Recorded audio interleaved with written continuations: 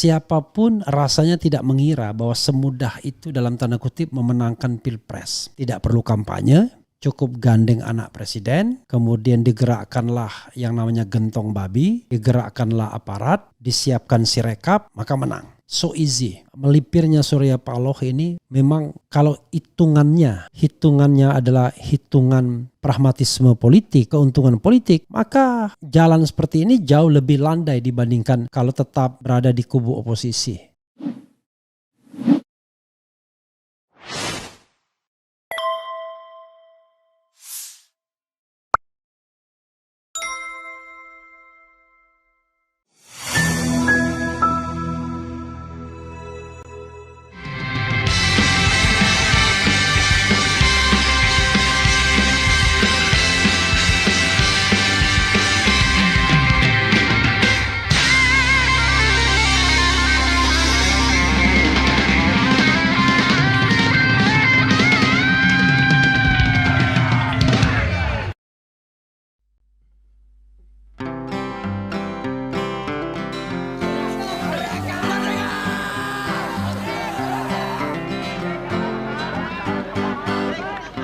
Kaulah itu langit Jakarta membara,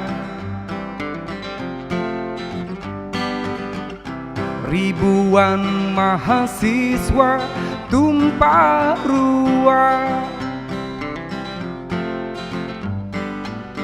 melakukan aksi hingga malam dan pagi, menuntut satu kata reformasi. Ke gedung-gedung wakil-wakil mereka tak kenal lelah walau tanpa senjata, hanya berbekal mimpi tentang Indonesia yang aman, adil dan sejahtera. Tapi kini reformasi telah dikhianati, demokrasi sudah mati. Wow, di gedung-gedung korupsi makin canggih, pejabat-pejabat sudah tak ada hati. Kini tiada mimpi tentang Indonesia yang aman, adil dan sejahtera. Oligarki sudah bangkit lagi, para pencoleng mulai gedung-gedung korupsi makin canggih, pejabat-pejabat sudah tak ada hati. Kini tiada mimpi tentang Indonesia yang aman, adil dan sejahtera. Oligarki sudah bangkit lagi, para pencoleng mulai unjuk diri. Istana jadi pusat transaksi, penguasa sudah lupa diri. Oligarki sudah bangkit lagi, para pencoleng mulai unjuk diri. Istana jadi pusat transaksi, penguasa sudah lupa diri. Reformasi dikhianati, reformasi dikhianati, dikhianati, reformasi dikhianati, dikhianati.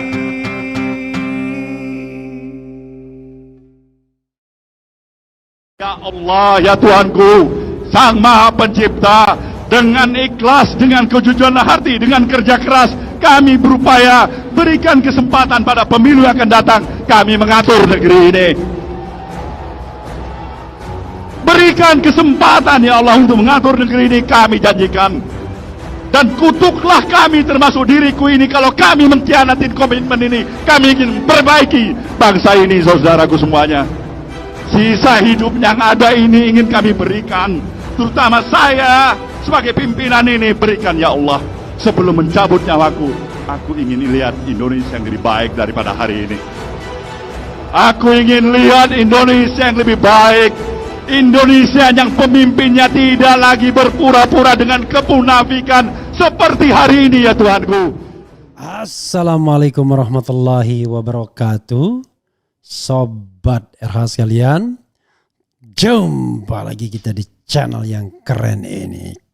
Keren cadas. Ya Sobat RH sekalian, kita lanjutkan lagi trilogi ya, kenapa Surya Paloh belok. Jadi bagian pertama dan yang kedua, bagian pertama saya mengatakan bahwa komunikasi politik di antara The Gang of Five itu Surya Paloh lebih lancar ke JK dan lebih lancar ke Prabowo. Tapi Prabowo sama JK itu belum kita ketahui ya. Kadang-kadang kan tidak mesti lancar sana lancar sini. Pada bagian kedua saya mengatakan Anies bukan siapa-siapa. Surya Paloh main dua kaki. Nah pada bagian ketiga ini ya, saya menduga karena dua-duanya saling butuh. Kenapa begitu? Gini ya, siapapun rasanya tidak mengira bahwa semudah itu dalam tanda kutip memenangkan pilpres. Tidak perlu kampanye, cukup gandeng anak presiden, kemudian digerakkanlah yang namanya gentong babi, digerakkanlah aparat, disiapkan sirekap, maka menang. So easy. Tidak peduli ada keanehan-keanehan. Misalnya perbedaan suara pilpres dan pileg itu sampai 12,4 juta.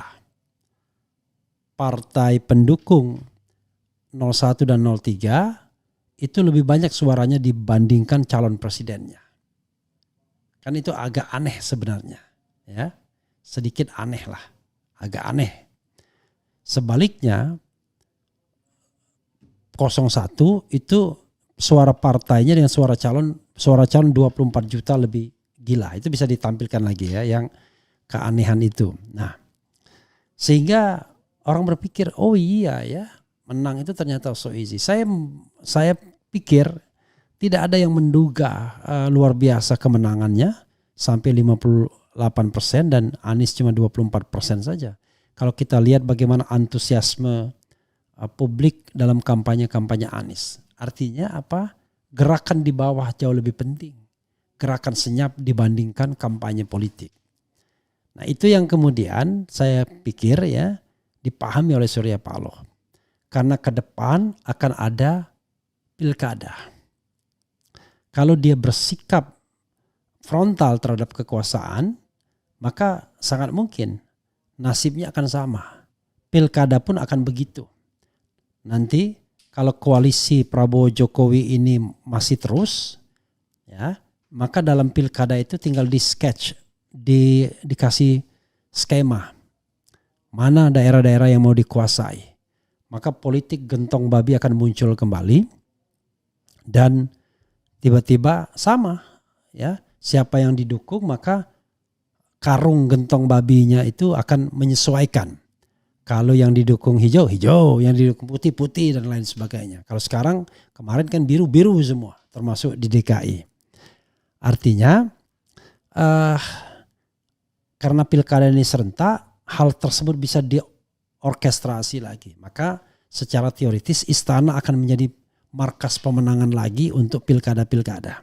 Tinggal berbagi koalisi istana ini siapa saja yang mau dimenangkan. Ya. Karena itu akan menjadi pembicaraan di antara koalisi istana tersebut untuk memenangkan pilkada-pilkada di daerah. Tinggal berbagi. Kalau bisa dikompromikan. Tapi itu juga akan menjadi bibit perpecahan. Tetapi yang paling penting adalah kalau Anda frontal dengan kekuasaan maka dari awal Anda akan di blok. Itu yang tidak diinginkan oleh Surya Paloh.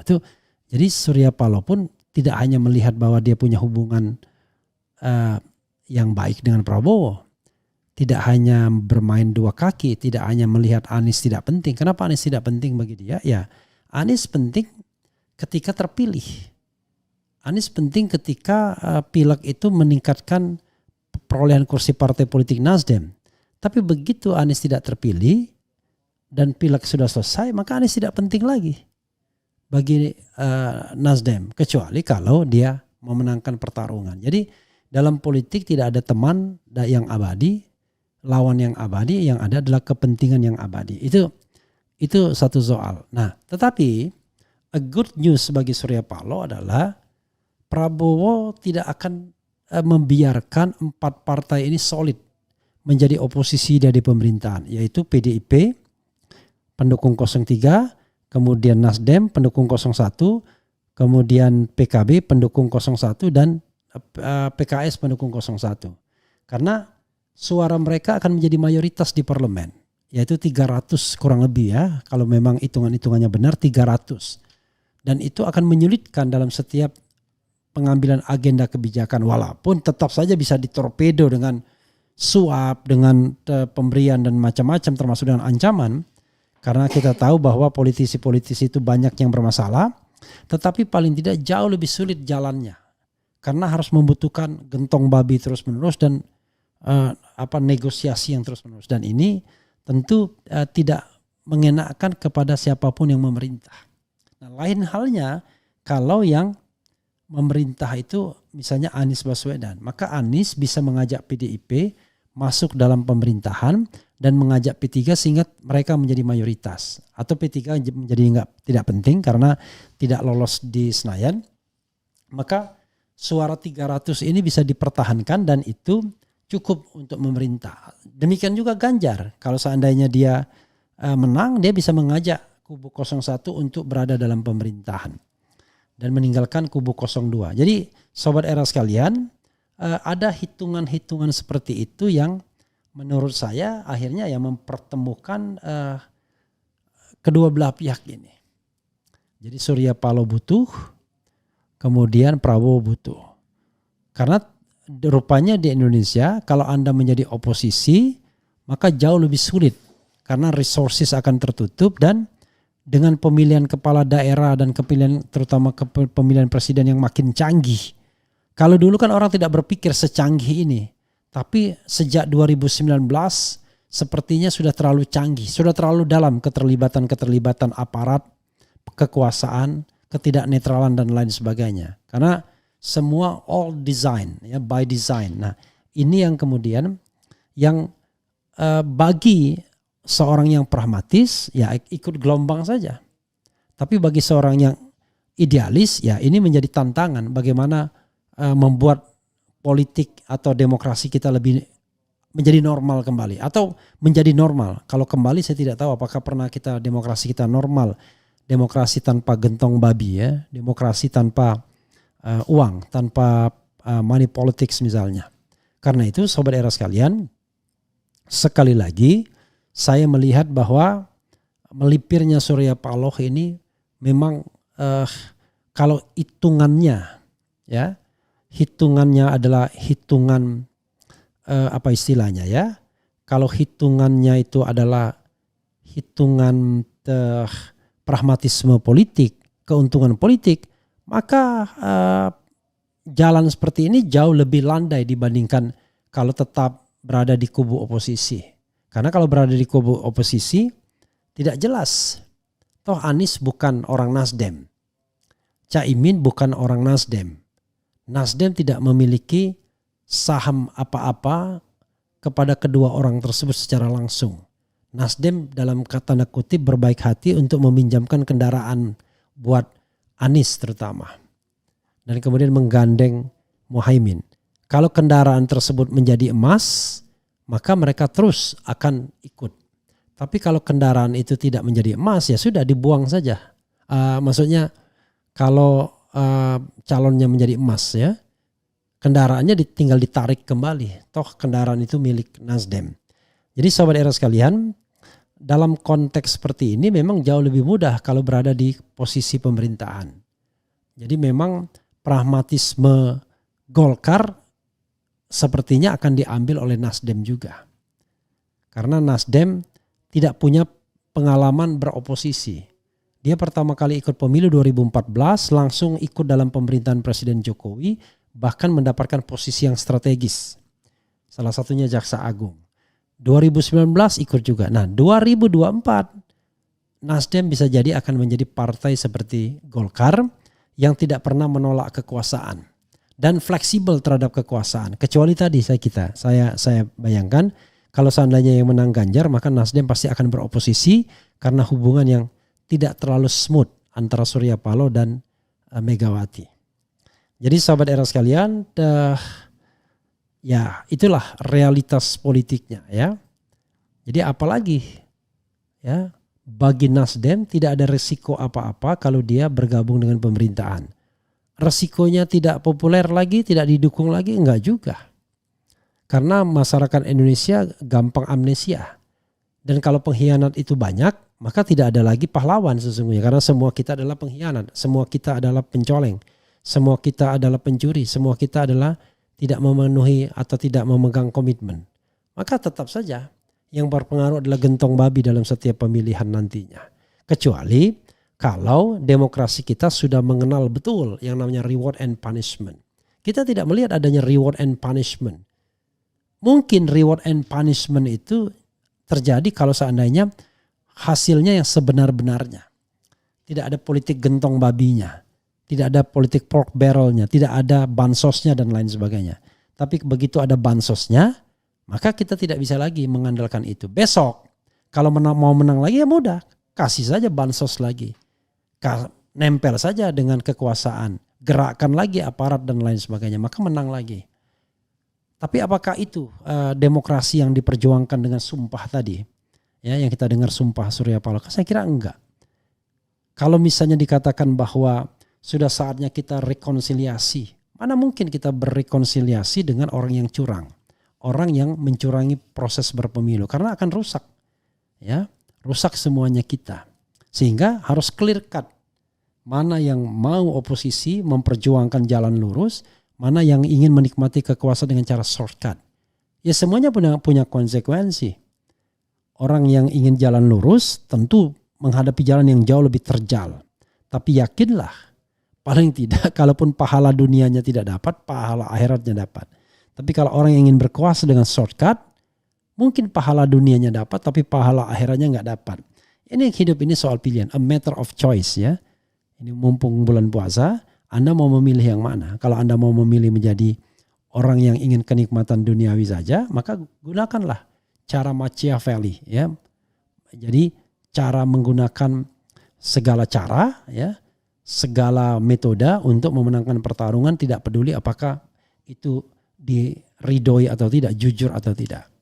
Ya, sahabat era sekalian.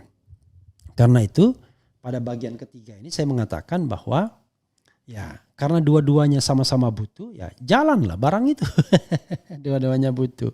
Karena Prabowo tidak mungkin dia disokong oleh parlemen yang lemah. Bayangan saya PKS pun barangkali bisa juga dirayu-rayu. Karena PKS pun sudah bosan menjadi menjadi oposisi. Tidak ada partai yang mau menjadi oposisi. Semua partai menginginkan portofolio kekuasaan. Termasuk juga SBY, AHY dan Demokratnya. Tidak apa-apa. Hancur lebur mereka penghitungan suaranya menjadi partai yang paling buncit. Bayangkan. Partai yang nomor 1 di parlemen menjadi partai yang paling buncit. Enggak apa-apa. Ya. Toh tidak akan ada gugatan terhadap AHY karena dianggap gagal. Tidak akan ada gugatan dengan SBY karena dianggap gagal. Karena yang paling penting adalah pucuk pimpinannya bisa ikut dalam bagi-bagi kekuasaan. Itu ya soalnya sobat era sekalian. Oke. Coba kita bacakan komentar sobat RH terkait dengan hal ini. Tetap bersama perubahan, Fauzi Aullah ya.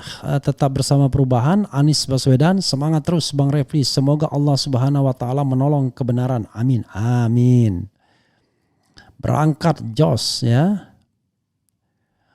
Pak Surya Paloh tetap bersama Pak Anies, jangan belok. Mudah-mudahan begitu. Permainan si brewok cantik bad. Oke. Beloklah, nggak heran kan Nasdem. Oke. Bang EF telepon langsung Pak SP katanya masih konsisten untuk hak angket. Itu video lama ya. Jadi video yang bukan yang bukan tanggal baru, bukan setelah pertemuan ya. Itu video pada saat acara di ada acara di mana itu ya. Jadi itu podcast di Ustadz Bahtiar Nasyir ya. Jadi itu 23 Februari 2024 video itu. Jadi bukan video yang setelah Prabowo hadir ya. Gak suka Pak Prabowo suka gebrak-gebrak meja. Dari awal biasa aja tuh sama Pak Surya Paloh. Beliau kan dealer ulung, bukan politisi sebenarnya. Bukti kalau Pak Anies Baswedan gak sepenuhnya diatur sama Pak Surya Paloh. Jangan-jangan dari awal memang skenario. EF Saifullah mengatakan Pak SP masih di jalur hak angket, yaitu video lama ya. Masuk angin. Intinya Pak Surya Paloh main dua kaki nih beliau. Di sisinya terima hasil KPU, Pileg dan Pilpres, dan di sisinya masih ingin diadakan hak angket. Kemudian selama ini kan posisi Nasdem kagak jelas. Oposisi bukan, koalisi iya, tapi ada di Anies. Apalagi tuh kalau bukan ada sesuatu. Sudah bisa diduga dari awal Nasdem mengusung Pak Anies bakal ada istilah menggunting dalam lipatan. Saya kira tidak menggunting dalam lipatan ya. Nasdem memperjuangkan Anies. Tapi terakhir-terakhir kagaknya agak mulai nggak serius ya. Nasdem memperjuangkan Anies ya. Banyak resources yang mereka keluarkan. Tetapi toh mereka juga berpikir sejauh mana efek kotel efek pencalonan Anies. Ternyata tidak sebesar yang mereka harapkan sepertinya ya. Ya karena tadi mereka ada sabotase juga ya di dalam pilpresnya dan pileknya. Surya Paloh tidak jelas juga. Kemudian selalu sisakan 90% rasa tidak percaya kepada politisi ya. Skenario besar mulai terkuak. Percuma saja bang, ke MK semua udah dikuasai penguasa, apalagi si Brewok udah ke 02. Kursi-kursi ya. Demokrat aja keluar gara-gara titik-titik. Si Brewok orang kapitalis, dia mana mau oposisi, dia cuma manfaatkan Anies untuk nambah suara partainya. Mau muntah aku lihat muka Surya Paloh, jangan ada yang pilih Nasdem atau kadernya, ini partai pengkhianat bangsa Indonesia ya. Jangan terlalu begitu-begitu juga ya. Oke. Politik memang selalu begitu. Kita sebagai manusia yang akal waras semoga masih takut sama Allah. Kalau jujur dapat pahala. Amin ya rabbal alamin ya. Kemudian pada gemes Nasdem ya. Oke. Bang Refli, kalau demokrasi tidak pada hakikatnya, akankah pemilu ke depan akan selalu berjalan pragmatis? Karena sudah disetting kekuasaan dan pihak yang kalah akan dirayu masuk ke pemerintahan. Ya jangankan begitu. Kodari sama Denny JA ya, LSI Denny JA sudah ngomong. LSI Denny JA bilang koalisi permanen 20 tahun ke depan. Luar biasa kan. Kodari bilang kubunya itu 6 periode. 2 periode Jokowi, 2 periode Prabowo, 2 periode Gibran. Luar biasa ya. Oke. Pertanyaan. Jadi mereka pengen bagi-bagi kekuasaannya tetap ya.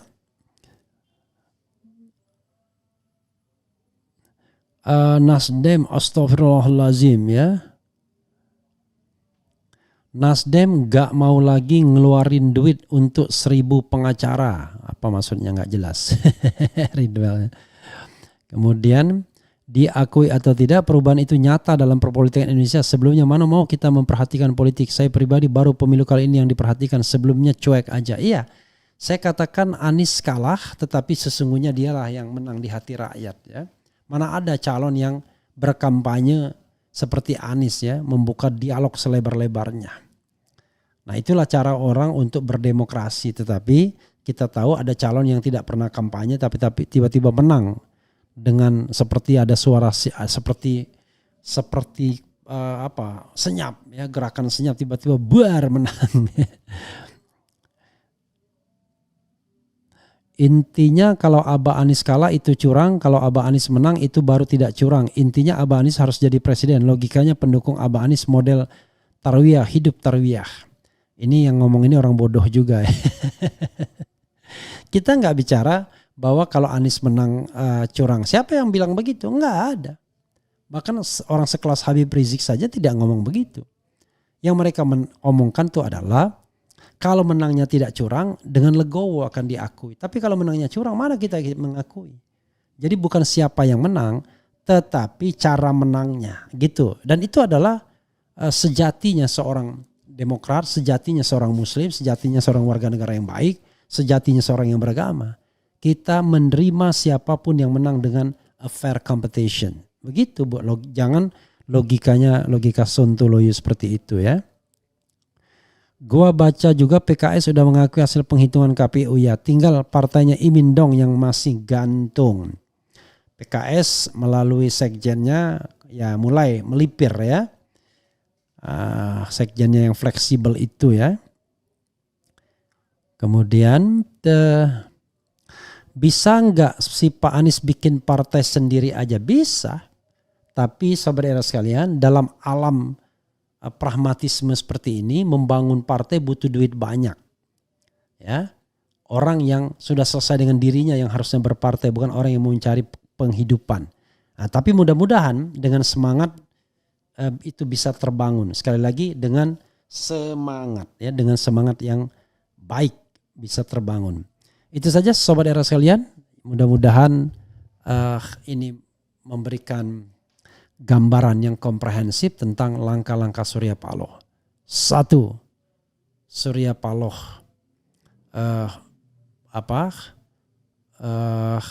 zigzagnya itu karena dia punya komunikasi politik atau personal communication yang baik dengan Prabowo.